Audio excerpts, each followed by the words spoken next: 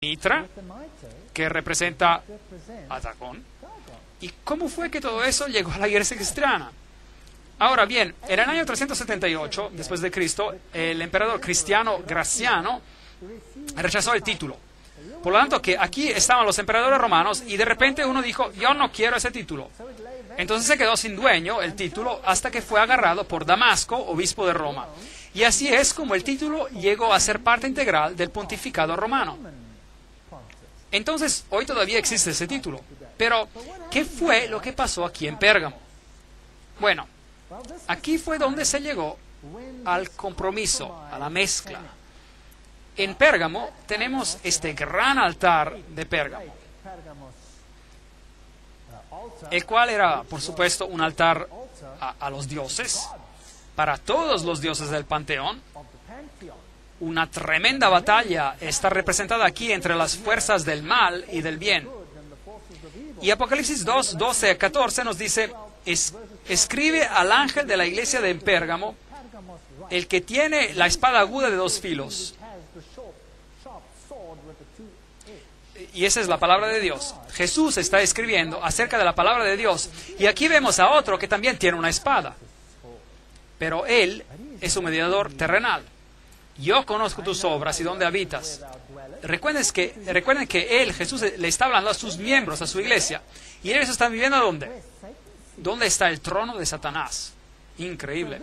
De manera que ese sacerdocio, que supuestamente es otro Bab-el, portal a Dios, es una abominación de Satanás. Es la sede de Satanás. ¿Dónde está el trono de Satanás? Pero retienes mi nombre. O sea que esta iglesia seguía aferrándose a la verdad a pesar de esas circunstancias. Y no has negado mi fe ni aún en los días de Antipas, un nombre muy interesante, Antipas. Mi testigo fiel fue muerto entre vosotros donde había Satanás. La segunda vez que se menciona esto. Entonces aquí vemos a alguien que prefirió morir en vez de negar su fe. Y él lo llama Antipas. Ahora bien, Antipas podría ser, algunos dicen, un personaje histórico. Y algunos dicen que fue este o aquel, o otra persona, un pastor de esa iglesia que fue fiel en ese tiempo, etc. Pero la palabra Antipas también significa antipontífice. Así que el nombre podía tener un sentido espiritual y simbolizar a ese individuo que afirmaba ser el que mediaba entre Dios y el hombre, de tal forma que la mediación se había movido de Dios y Cristo al hombre, y esto era un problema. Y la gente fue elogiada por ser como Antipas. Pero tengo unas cosas contra ti. Aquí está el reproche.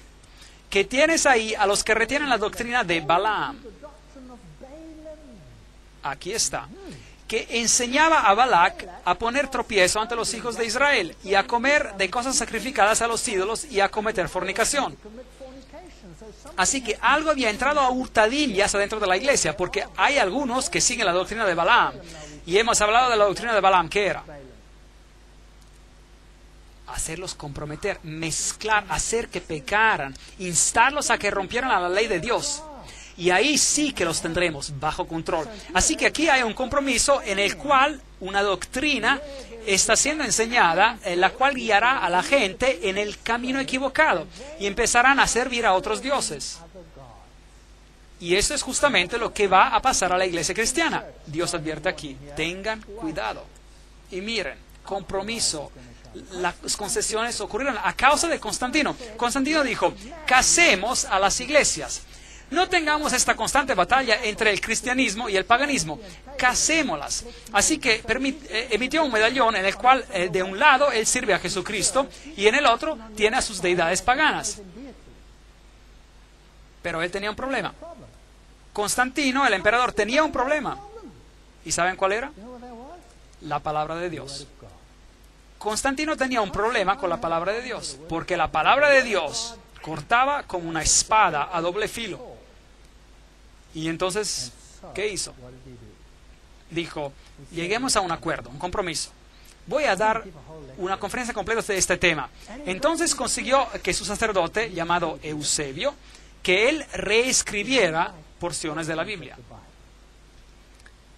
Y mandó hacer 50 copias.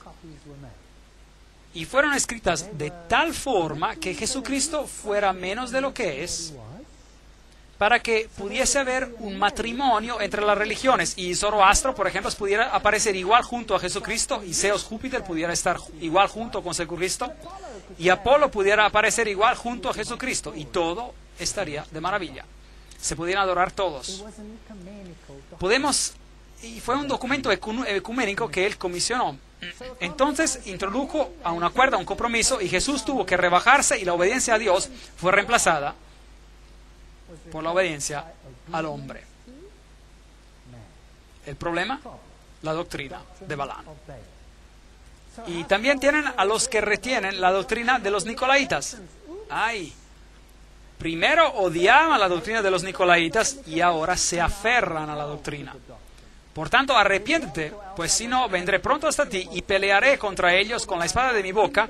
El que tiene oído, oiga lo que el Espíritu dice a las iglesias. Al vencedor le daré de comer del maná escondido, y le daré una piedrecita blanca, y en la piedrecita un nombre nuevo escrito, el cual nadie conoce sino el que lo recibe. Las concesiones, el compromiso, es el mal más grande de todos, porque es tan engañoso, tan engañoso.